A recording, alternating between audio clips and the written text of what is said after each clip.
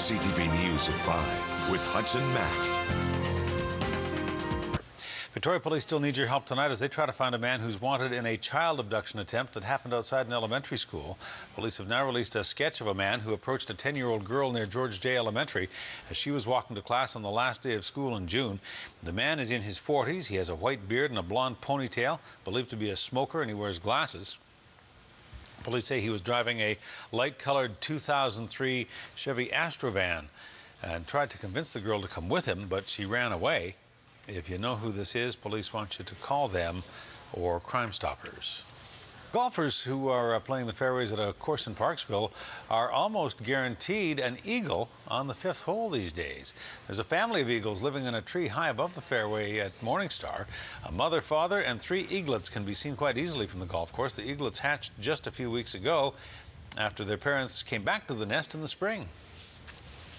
I've been marching for the last 4 years here, and it's always around this time you always get the babies hatching. So it's a nice, beautiful experience. They stay here as a family. They always come back every year. And the course marshals say they're turning a blind eye to slow play on the 5th hole these days as golfers are taking their time to admire the eagles in the treetop above.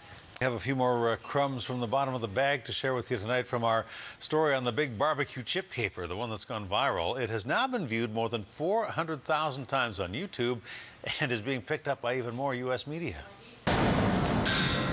Time now for the ridiculous, and tonight we're adding the barbecue chip bandits. They allegedly struck in Canada last month. It got heavy play on CNN last night. Joe's original barbecue chip bandit story aired on AC 360 on the ridiculous that Anderson Cooper uses to wrap up his show. He shared with his viewers the hard-hitting investigation, and he had a little fun with it, too. By the way, it turns out it wasn't a dangerous intruder, but, wait for it, 2 drunk college girls. The women were walking home from a night of drinking when something caught their eye, an open garage just like this one. And what did they see inside? Zeller's brand barbecue potato chips. And the story was picked up this morning by Whoopi Goldberg and chatted about by the ladies on The View. And you all know how I feel about my potato chips, okay?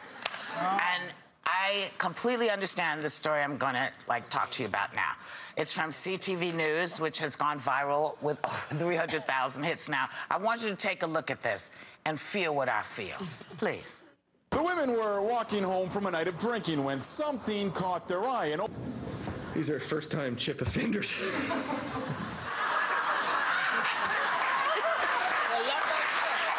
And you know what woke the homeowner up? The homeowner has a Chihuahua, and apparently the Chihuahua heard the girls rummaging around to get these potato chips and woke her up, and she came out and scared them, so the girls dropped the thing and took off. They're first-time chip offenders. I love that guy. And what about that guy? Well, Sergeant Dean Jansen tells us that since the video went viral, his phone has been ringing off the hook. I didn't even know I was on The View until I got a random call from a woman who actually lives in the Fraser Valley who had just finished watching. And, it's a chance through perhaps some humor and levity for us to connect with our community. And I think it's gone well beyond any expectations that Joe or myself had. Jansen says it just goes to show the power of social media these days, and you never know where a story is going to end up. You never know what's going to get the attention for you. If you haven't seen the original story, go to our website, ctvvancouverisland.ca or youtube.com/ctvvi. Well, what would be better on a hot summer day like today than a nice cold Slurpee? Well, maybe a Slurpee you don't have to pay for. These Slurpee lovers were lining up to get theirs. People were snatching up free Slurpees from 7-Eleven stores today as the convenience store chain celebrates its 43rd birthday. More than 25,000 free Slurpees were up for grabs on Vancouver Island today. The question, of course, to mix or not to mix? There's 3 categories of Slurpee drinkers. Where do you fall? Mix for sure. How about you? Never mix. Never mix, eh? No. Where do you fall? This one is one flavor. Normally I mix it, so I guess I fall somewhere in the middle. Mix them every time. What are your favorite mixes?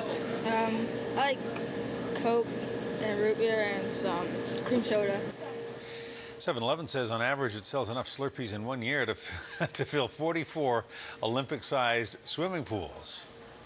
Premier Christy Clark is losing another of her MLAs. An Island veteran, Saanich North Liberal MLA Murray Coell, said today that he will not run in the next provincial election next May. Coell will call it quits after 28 years of public service. The MLA says he'll still stay active in the community, but ultimately wants to spend a little more time with family. Well, I'd like to continue to do community work, and I will do that with my wife, Corrine.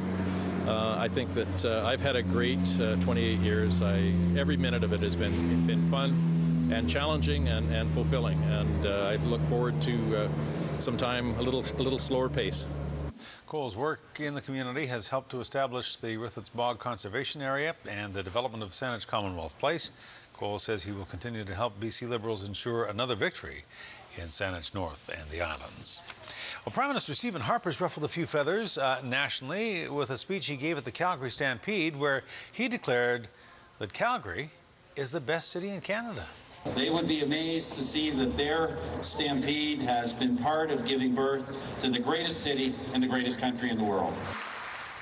Now, the PM made the crowd-pleasing claim while he helped to kick off the 100th Calgary Stampede in his adopted hometown last week. But the declaration has sparked a flurry of reaction from mayors across Canada, including Victoria Mayor Dean Fortin. You know, I'd welcome the opportunity to have the Prime Minister come on out to Victoria.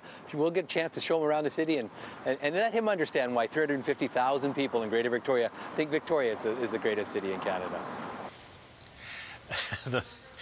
Vancouver's mayor also wasted no time responding to the claim. Gregory Robertson says the Prime Minister is just half right, that politicians get cities mixed up, and Harper said Calgary instead of Vancouver. A park in Nanaimo is set to be rezoned, and some users are afraid that will pave the way for future development. Pioneer Park used to be city-owned land, but the city sold it to the local school district. While the district has no immediate plans to develop it, the city is moving to designate the land parcel as neighborhood zoning rather than its current designation as parks and open space.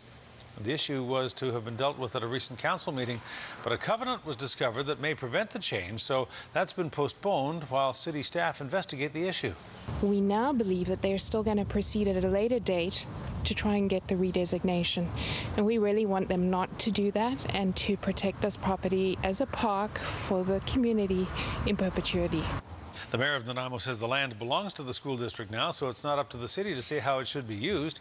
He says the zoning change is just an administrative formality that should have been done already. We had a major change in zoning right across the city. Some properties were changed over and others weren't.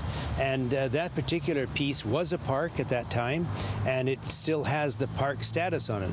But obviously, since it's been sold off and turned over to the school district as the owner, it's hard to still rate that as a park. So we're simply just trying to change the zoning to reflect the new ownership.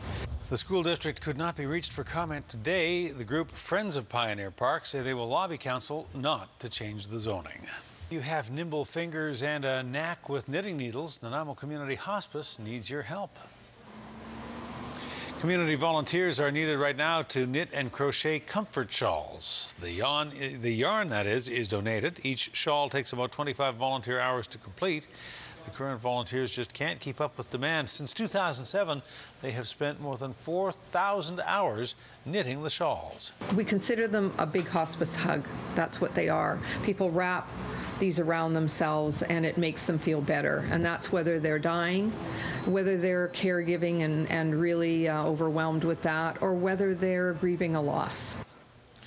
Can you help? If you can pick up a pattern and a yarn kit from the Nanaimo Hospice. The number's on your screen. Give them a call, 250-758-8857 to get more information.